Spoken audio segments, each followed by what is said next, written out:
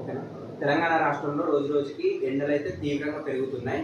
కావున దీన్ని దృష్టిలో ఉంచుకొని కాళోజీ నారాయణరావు యూనివర్సిటీ ఏదైతే డెంటల్ కాలేజెస్ అన్నిటికి కూడా మే నెలలో సెలవులు ప్రకటించాలని కోరాను. ఈరోజు అయితే లేఖ రాయడం జరిగింది. ఎందుకంటే తెలంగాణలో ఉన్నటువంటి డెంటల్ కాలేజెస్ అన్ని కూడా దాదాపు ఇప్పుడు మే నెలలో కూడా కంటిన్యూస్గా కాలేజ్ అయితే నిర్వహిస్తామని కొన్ని కాలేజెస్ ఇప్పటికే తెలిపారు. సో దాంట్లో భాగంగా నేను కాళోజీ నారాయణరావు యూనివర్సిటీకి తెలియజేశాను. ఏంటంటే విద్యార్థులు డెంటల్ స్టూడెంట్స్ అందరూ కూడా చాలా సఫర్ అవుతున్నారు. ఈ ఎండాకాలంలో ఇంకా చాలా అస్వస్థతకు గురవుతున్నారు.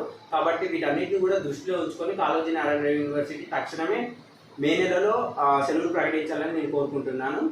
అయితే వీలు కాని దశలో ఏదైతే ఉందో మే 1 నుంచి మే 13 వరకు హాఫ్ డేస్ అంటే ఇంకా కొన్ని కాలేజెస్లో ఇప్పటికీ హాఫ్ డేస్ ఇస్తున్నారు, కానీ కొన్ని కాలేజెస్లో ఇది పెట్టలేదు. కావున మిగతా కాలేజెస్లో అట్లీస్ట్ మే 1 నుండి మే 13 వరకు హాఫ్ డేస్ నిర్వహించాలని కోరుతున్నాను.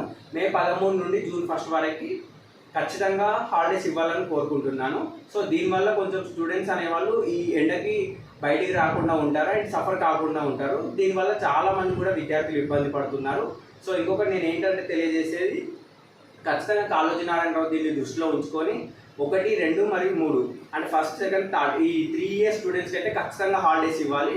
ఇంకా 4th ఇయర్లో కొన్ని అయితే అభ్యంతరాలు తెలియజేశారు. సో దాంట్లో భాగంగా 4th ఇయర్ వాళ్ళకి కూడా షిఫ్ట్ వైజ్ అయితే నిర్వహించాలని కోరుకుంటున్నాను. సో కాళోజీ నారాయణరావు దీనికి పాజిటివ్ రిప్లై ఇస్తుందని నేను అనుకుంటున్నాను. Thank you.